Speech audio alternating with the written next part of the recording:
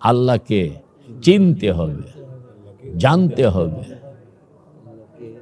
বুঝতে হবে, পাইতে হবে, তারপরে উপলব্ধি করতে হবে, হৃদয়ঙ্গম করতে হবে, মহাব্বত করতে হবে, রাজি করতে হবে। এই 8টা পয়েন্ট আপনাকে বাই সিরিয়াল। আপনাকে প্রথমটা কি জানি আশেক ভাই? জানতে হবে আর চিনতে হবে। প্রথমটা হলো চেনা, আল্লাহকে চিনতে হবে।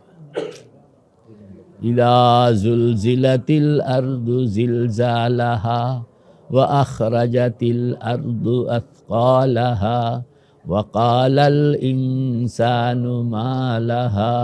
আল্লাহু আকবার।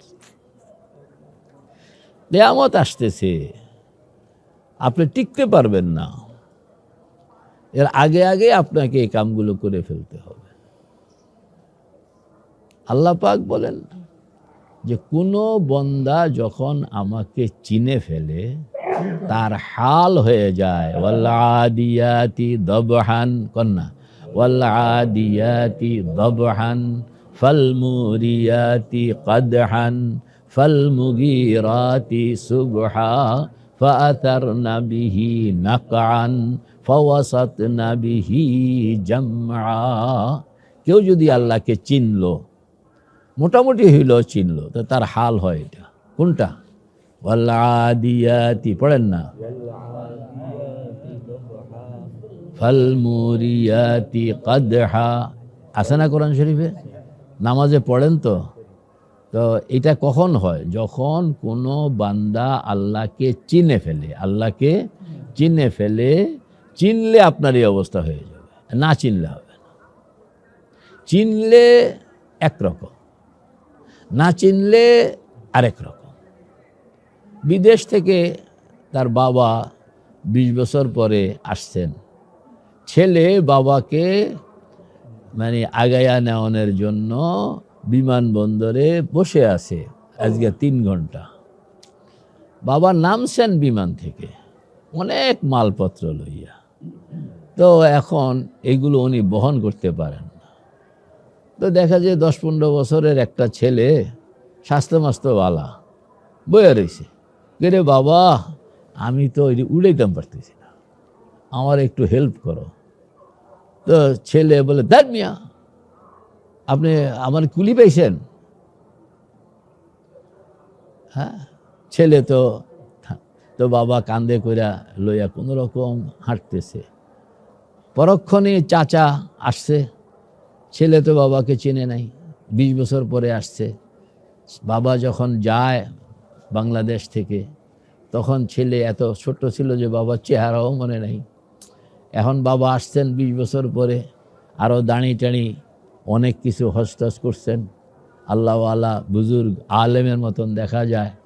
আর সে তো মনে করে তার বাবা পুরান আমলের ইঞ্জিনিয়ার সাহেব, পুরান আমলের কি ইঞ্জিনিয়ার সাহেব। এখন সে চিনতে পারেনি, এই জন্য বাবাকে ধমক দিয়া বরং একটা এমন কথা কইল যে আপনি আমার কুলি মনে করছেন? আমি আসছি আমার বাবাকে নেওয়ার জন্য, আর আপনি আমারে বানাই দিয়েছেন কুলি। আমি ইউনিভার্সিটিতে পড়ি, আর আপনি আমারে বানাই দিয়েছেন কি কুলি? হ্যাঁ, মিয়া সাহেব আপনার আকল আছে? কতন বোকাশোকা করে বাবারে দিছে দৌড়াইয়া। তো চাচা তো হয়তো একটু গেছে কোথাও, ফিরে আসা দেখা যায় আর আমার ভাইজান তো নাইম্যা রীতিমতো গাঠটি কান্দে লইয়া হাঁটতে পারে না, কষ্ট হইতে আছে। আর পোলাটা বয়ে রয়েছে পাশে, পোলারে কইল, পোলা শুনল না, উনি তো কোনো রকম আগাইতে আছেন। আয়সা ধমক দিয়া এই বেড়া তোর বাবা কষ্ট করে এরকমভাবে যাইতে আছে, আর তুই একটু ধরবি না, বাবার একটু হেল্প করবি না? যাকে আগাইয়া নেওয়ার জন্য আসছো ওই বেড়া মালের চাপে হাঁটতে পারে না, আর তুমি এখানে মধ্যে বয়ে বয়ে আরাম করতে আসো। কই যে তোর বাবার সামনে দিয়া চলে গেল। বলে উনি বলে উনি এখন দৌড়াইয়া গিয়া বাবার পাও জড়াইয়া ধরছে, যে বাবা মাফ করেন, আমার কান্দে উড়াইয়া দেন, একটাও আপনার হাতে রাখবেন না, সবগুলো আমার কান্দে উড়াইয়া দেন। কি এখন কি কুলিগিরি নষ্ট হয়ে গেল গা? হ্যাঁ, আগে কি ছিল?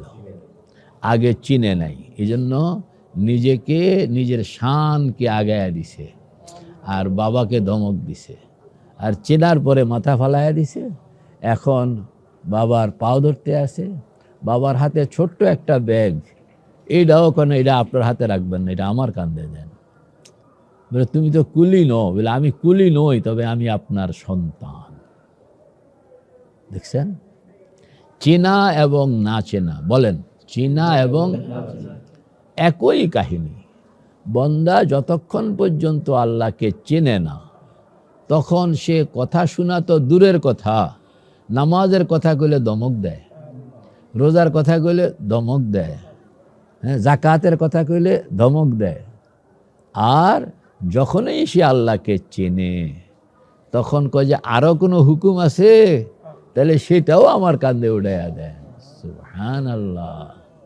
তাহলে চিনতে হবে, বলেন চিনতে হবে।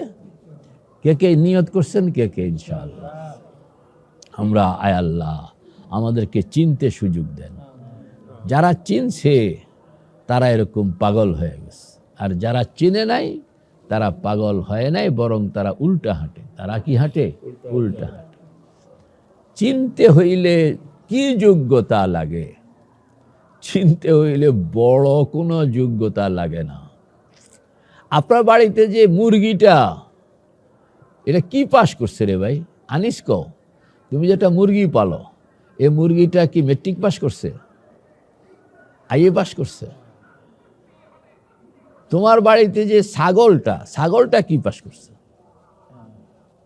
ঘোড়াটা কি পাস করছে? কিন্তু একটা মুরগি মালিককে চিনে, একদিনের মাথায় চিনে ফেলে, তার কোনো যোগ্যতা নাই। আরেকজনের বাড়িতে জন্ম, আরেকজনের বাড়িতে লালন, এরপরে ওই বেটা বাজারে নিয়ে গেছে বিক্রি করণের লাইয়া। আপনি মুরগি পালবেন, আপনি কি মুরগি পালবেন? ছাও মুরগি। তো ছাও মুরগি একটা বাজার থেকে কিনে আনছে, 2-3টা, এই 2-3 এলাকায় থাকতো এগুলো।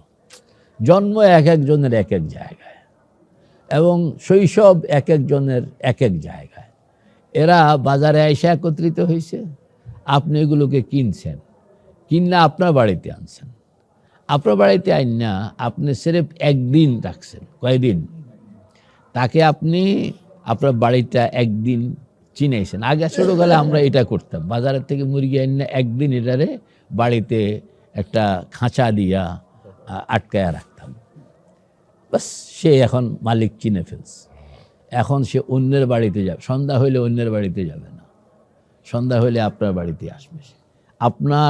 আপনার দেখানো যে এটা তোমার থাকার জায়গা, এটা আমার বাড়ি, হ্যাঁ, বলে এখন তুমি আমার মুরগি। মুরগিও চিনছে যে এখন আমি আগে একজনের ছিলাম, বাড়ি আরেকটা ছিল, খোয়ার আরেকটা ছিল, এখন আমি নতুনভাবে আবার নতুন বাড়িতে আসছি, এইটা আমার মালিকের বাড়ি, এটা আমার ঘর। মুরগি এ বাড়িটা চিনছে, মালিককে চিনছে কয়দিনে? তো মুরগি হইল আপনার অধীন, আপনি হইলেন মুরগির মালিক, আর মুরগি হইল আপনার মমলুক। তো একটা মুরগি, একটা ছাগল, একটা ঘোড়া, সে এই মমলুকটা মালিককে একদিনে চিনল। মালিককে, সে কি আশরাফুল মখলুকাত? আশরাফুল মখলুকাত কে? মানুষ। তাইলে সে আশরাফুল মখলুকাত নয়। সে আশরাফুল মখলুকাত না হইয়া যদি একদিনে মালিক চিনতে ভুল না করে, এবার মুফতি সাহেব বলেন যোগ বিয়োগ দিয়া, যিনি আশরাফুল মখলুকাত, যিনি একদিন নয় 1000 দিন সুযোগ পাইলেন, তিনি যদি বললেন যে আমি মালিককে চিনি না, চিনতে পারি নাই, তাহলে এটা কি সুবিচার না অবিচার? কত বড় অবিচার! আল্লাহ পাক বলেন যে মান সাফতা ইয়া ইবনা আদম, বনি আদম, তুমি আমার সঙ্গে ইনসাফের আচরণ করনি, ইনসাফের আচরণ করনি। কিভাবে সে চিনল মালিক? মুরগিটা কিভাবে চিনল? সে তো এত পড়াশোনা করেনি, তার আকল এতটা নাই, কিন্তু সে কিভাবে চিনল? সে দেখলো আমারে কে খাওয়ায়, আমাকে বাসস্থান কে দেয়, আমাকে নিরাপত্তা কে দেয়, এই তো কথা। তাহলে ঠিক এই প্রশ্নটা আপনি নিজেকে করেন, আপনি নিজেকে করেন, আমাকে কে খাওয়ায়।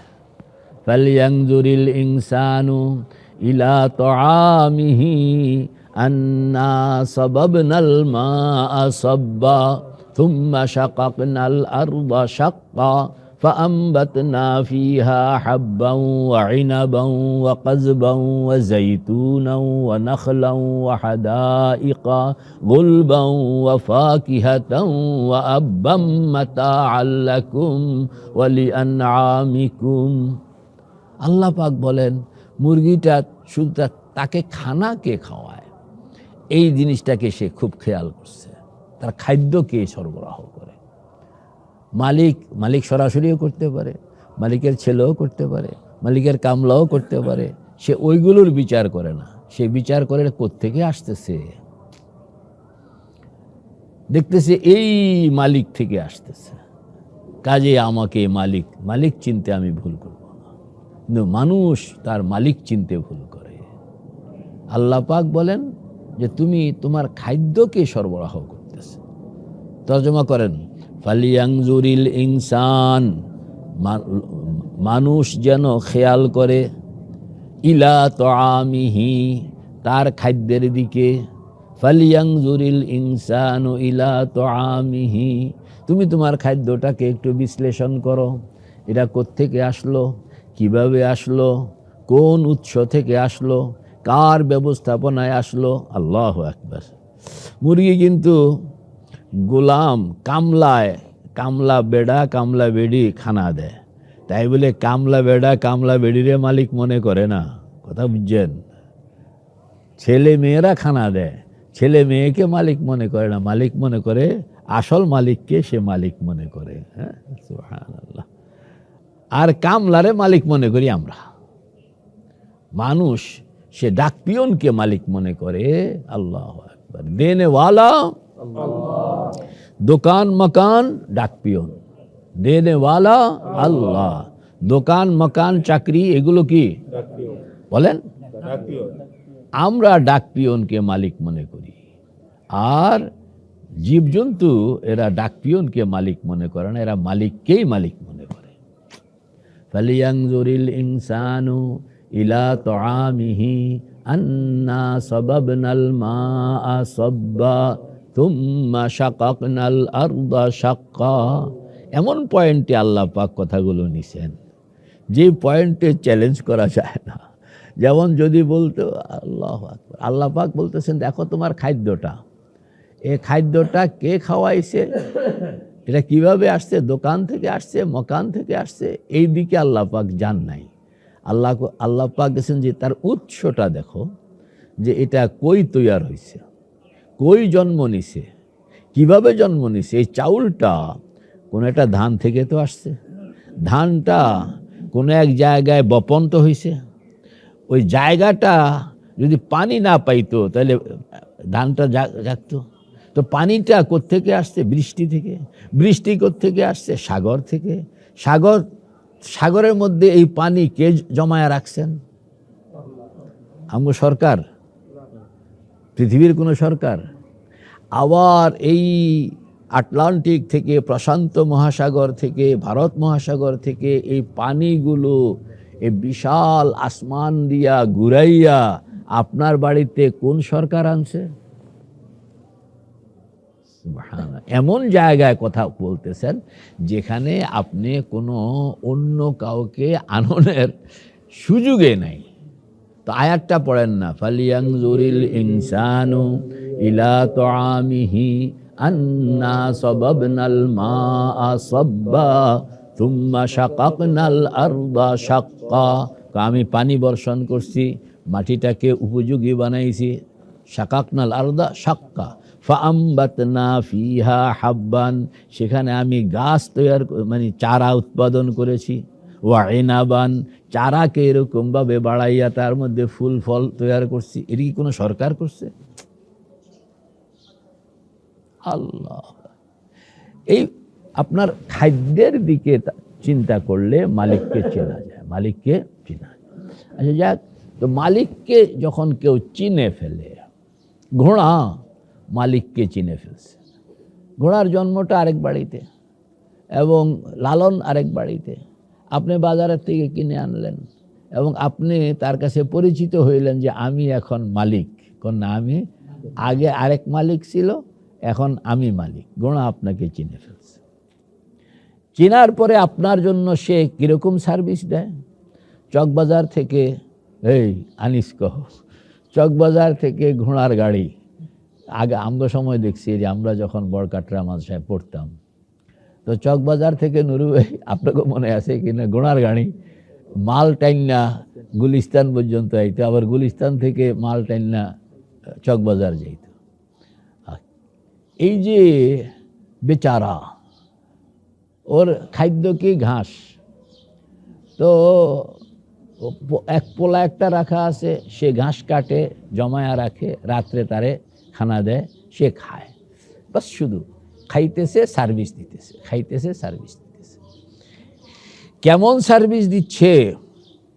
যে আপনি যখন তার কাঁধে জওয়াল উঠাইয়া দিলেন, তখন তার পেশাবের দরকার,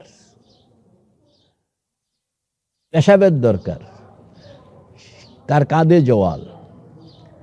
সে জানে যে আমার কাঁধে জওয়াল, আমার ডিউটি হইল এখন কাম করা, আমি নিয়ত বানছি নামাজের ডিউটি হইল আল্লাহর সঙ্গে থাকা, মিলাইলামেরই, কাঁধে জওয়াল, আমার ডিউটি হইল কাম করা। তখন এই বেচারা ঘোড়ার পেশাবের ব্যাগ হয় না? আচ্ছা, সে কি থামে না হাঁটতে হাঁটতে পেশাব করে? সে জানে যে এখন মালিকের কাজ আমার কাঁধের উপরে, এখন আমি আমার অতি প্রয়োজনীয় কাজ এটাকেও যদি বাহানা বানাই তাহলে এটা অন্যায় হবে, এটা অন্যায় হবে। তার খুব পিপাসা পাইছে, খুব পিপাসা, খুব মানে এখন ছাতি ভেটে যায়। সে একবারের জন্য বলে না যে হুজুর একটু পানি খাবো, বলেন না হুজুর একটু কি পানি খাবো, এই কথা বলে না। সে প্রয়োজনে চলাপথে ড্রেইনে ময়লা একেবারে নোংরা পানি, ওখান থেকে এক চুমুক খাইয়া নেয়, তবুও মালিককে কথা বলে না যে একটু থামেন আমি পানি খাইয়া। সারাদিন কাম করলো, কাম করতে করতে কাঁধের খাল উঠতে গেছে। গরু আছে না এরকম, কোনোদিন এই কথা বলে না যে আপনি কি দেখেন না আমার খাল উঠতে গেছে। এরপরও এটা লইয়াই এসে সার্ভিস দিচ্ছে, কোনোদিন সে প্রতিবাদ করে না। তা আপনার হাঁটু ব্যথা করলে নামাজের মধ্যে কিংবা দাঁড়াইতে কষ্ট হইলে আপনি কেন ওজর আনতেছেন? আপনিও তো কোনো মালিকের অধীনে, আপনার অধীনে যে গোলাম সে তো আপনার কাছে এই অভিযোগ করে না। আপনি যার অধীনে গোলাম তার কাছে আপনি কেন অভিযোগ করেন? ঘোড়ারও তো শরীরটা খারাপ হইতে পারে, সে মালিকের কাছে এ কথা বলার নিশ্চয়ই অধিকার আছে যে মালিক আজকে শরীরটা খারাপ, বলেন না মালিক আজকে। সে কোনোদিন এই কথা বলে না যে মালিক আজকে শরীর খারাপ। সে বলে যে মালিক আপনি যা হুকুম করবেন গোলামের জন্য তাই শিরোধার্য, তার কোনো ওজর করার অধিকার ন্যায়সঙ্গতভাবে নেই। আল্লাহ আমাদেরকে ওজর করার অধিকার দিয়েছেন, এটা তার দয়া, কিন্তু গোলাম হিসাবে ন্যায়সঙ্গত অধিকার আমাদের নেই। আল্লাহ আমরা যে মানে রোগ ব্যাধি হইলে বসে বসে নামাজ কিংবা কোনো কারণে ছুটিও পাওয়া যায় মাঝে মাঝে, তো এই ছুটি যে দিচ্ছেন আল্লাহ পাক, এটা হলো আল্লাহ পাকের দয়া, নতুবা মালিক গোলামের আইনে আপনি এই দয়ার অধিকার রাখেন না। আল্লাহু আকবার। এই ঘোড়াটা বিকালে গেলে তখন ঘাস খায়, তাকে খাদ্য দেওয়া হয়, সারাদিন পরিশ্রম করে খাদ্য দেওয়া হয়। খাদ্য জোগাড় করে কে? খাদ্য জোগাড় করার জন্য ওই ঘোড়ার মাহুত রে কি কয়, ওরে কি কয়, আনিস কয় না, ঘোড়ার যে মালিক এদের কি বলা হয়, এই খুঁজতে পারল না, হ্যাঁ, রাখাল কয় না, রাখাল না, এটা একটা শব্দ আছে, হাতির যেরকম মাহুত কয়, হ্যাঁ, এরকম ঘোড়াকে চালায় যে এদের এরকম মানে একটা আছে, মাহুতটাও একটা কয় আর, হ্যাঁ। তো এই মালিক আর একটা এরকম ছোট বাচ্চা তার আন্ডারে চাকরি করে, এর কাম হলো যে বাইরের থেকে ঘাস কিনে আনন, বাইরের থেকে কি ঘাস কিনে আনন, যেটা রাত্রে ঘোড়ায় খাবে।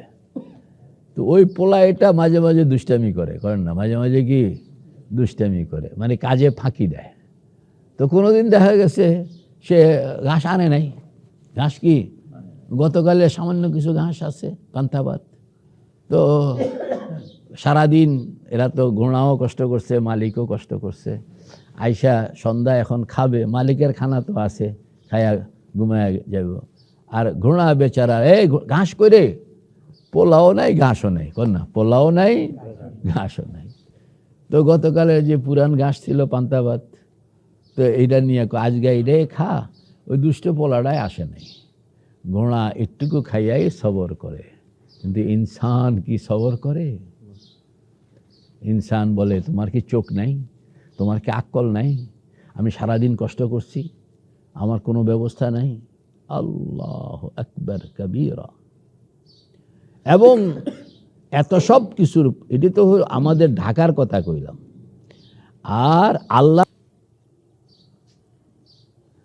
আপনার অধীনস্থ কর্মচারী, সে যদি কোনো শরীর খারাপ, আজকে যাব না, বাড়িতে ঝামেলা, মালিকের কিন্তু ভাল লাগে না, কিন্তু মালিকের ভাল লাগে ওইটা যে আমার কোনো শরীর খারাপ টারাপের প্রশ্ন নাই, আমার কোনো প্রয়োজন নাই, আপনি যখন যা কইবেন তখন তা করার জন্য আমি তৈরি। এটা হলো মালিকের চাহিদা, এটা হলো মালিকের চাহিদা, সে কোনো ওজর সাধারণত শুনতে চায় না। আল্লাহু আকবার কবীরা। তো আল্লাহ পাক এই তিনটা স্টেজ কেন করলেন? যে গোলাম থেকে গোলামি শিখো, বলেন গোলাম থেকে শিখলে তুমিও যে গোলাম, তোমার মালিককে ওইভাবে উপহার দাও। গোলাম থেকে গোলামি শিক্ষা, নিজের মালিককে ওইভাবে গোলামি উপহার দাও। এই জন্য সারে কথাটা বুঝছেন, যে গোলাম থেকে গোলামি শিখো, শিখনের পরে এই গোলামিটা তোমার মালিককে উপহার দাও, তাইলে মালিক খুশি হবে। এটার উদাহরণ ওয়াল-আদিয়াতি দবহান ফাল-মুরিয়াতি কদহান ফাল-মুগীরাতি সুবহা ফাআথারনা বিহি নাকআন ফাওয়াসাতনা বিহি জামআ। দেখো, এই ঘোড়া তোমার অধীন, তুমি ঘোড়ার মালিক, তুমি বলছো যে এই যুদ্ধে যেতে হবে, ঠিক না বে ঠিক, যুদ্ধে যেতে হবে। ঘোড়া না করে না, বলে ইয়েস আমি আসি, আপনার যা হুকুম শিরোধার্য। বলে যুদ্ধে যেতে হবে, গোলাম এ কথা বলতে পারতো, বলে রাজত্ব কি আমি করব না আপনি করবেন, এ কথা কইতে পারতো না। রাজাগিরি আমি করব না আপনি করবেন, বলে আমি করবো, তা যুদ্ধে আপনি যান, আমার টানেন কেন, এ কথা কইতে পারতো না। ঘোড়া কি কথা বলে? ঘোড়া বলে yes I am ready, I am ready. ওয়াল-আদিয়াতি দবহান, কোন সময় যাইতে হবে? খুব ভোরে ভোরে যাইতে হবে, রাতের অন্ধকারে যাইতে হবে, বলে আই এম রেডি। তারপরে যাইয়া যুদ্ধে দাঁড়াইতে হবে, বলে আই এম রেডি। বলে তলোয়ার আমি চালাবো, আর ওই তলোয়ারের ভিতরে ঢুকতে হবে তুমি, বলে ইয়েস রেডি। বলে তুমি চৌচির হইয়া যাইবা, একবারে কাটা, মানে তুমি তলোয়ারের আঘাতে ক্ষত বিক্ষত হইয়া যাবে, বলে আই এম রেডি। চিন্তা করছেন? এবং সে যে কোন অলসতা নেই, মানে ফাল-মুরিয়াতি কদহান, মানে সে এরকম ভাবে ছুটে যে তার পদাঘাতে পাথরের মধ্যে তার পা আঘাত করতেছে, সেখান থেকে আগুনের স্ফুলিঙ্গ আসতেছে। মানে কত জোরে হিট করলে, কত জোরে মাস্ট করলে এই খুরের ধাক্কায় আগুন জ্বলে। মানে এটা দেখাচ্ছে কোনো অলসতা নাই, বরং স্পিড, আল্লাহ পাক ওই গোলাম পাইতে চাইতেছেন, যে যারা বদরের মধ্যে গিয়া আল্লাহ রসুলকে বলবেন যে আপনি আপনি বসেন, আমরা আপনার ডান দিক থেকে, বাম দিক থেকে, সম্মুখ থেকে, পেছন থেকে লড়াই করব। মনে রাখবেন যে আমাদের একটি মানুষের গায়ে এক ফোঁটা রক্ত বিদ্যমান থাকতে শত্রু সৈন্য আপনি পর্যন্ত পৌঁছতে পারবে না, না, না। এটা হইল ওয়াল মুরিয়াতি কাদহা। আল্লাহ পাক এরকম বান্দা পাইতে চাইতেছেন যে শুধু আমার কথা মান্য করবে তা না, যে মান্য করার জন্য সর্বোচ্চ ঝুঁকি নিয়ে কাজ করবে। তো পড়েন না, ওয়াল আদিয়াতি দাবহান ফাল মুরিয়াতি কাদহান ফাল মুগিরাতি সুবহা। সকাল বেলা ভোরে ভোরে একবারে যেই টাইমে লোকেরা ঘুমায়, বলে হুজুর যে সকালে যেতে হবে, এই টাইমটা আমার ঘুমানোর টাইম। কই কিনা আমরা, কিন্তু ঘোড়া আপনাকে এই কথা বলে নাই যে হুজুর এটা একটু ঘুমানোর টাইম, আমাকে এই সকালবেলা একটু ঘুমাইতে দেন, সারাদিন সার্ভিস করব, কোনো অসুবিধা নেই। ঘোড়া আপনাকে এই কথা বলে না। ফাল মুগিরাতি সুবহা, অতি প্রত্যুষে সে ছুটে চলে এবং শত্রু সৈন্যের উপরে গিয়ে চড়াও হয়ে যায়। তা আপনি, আমাদের শত্রু তো কয়জন? কে কে? নফস, শয়তান, দুনিয়া, গায়রুল্লাহ। নফস, শয়তান, দুনিয়া, গায়রুল্লাহ। সে প্রত্যুষে উঠে, এটা ওর প্রত্যুষটা হলো তাহাজ্জুদের টাইম। কোন না, প্রত্যুষটা হলো কি? তাহাজ্জুদের টাইম। প্রত্যুষে উঠে সে শত্রুর, চার শত্রুর উপরে ঝাঁপাইয়া পড়বে। চার শত্রু কে কে?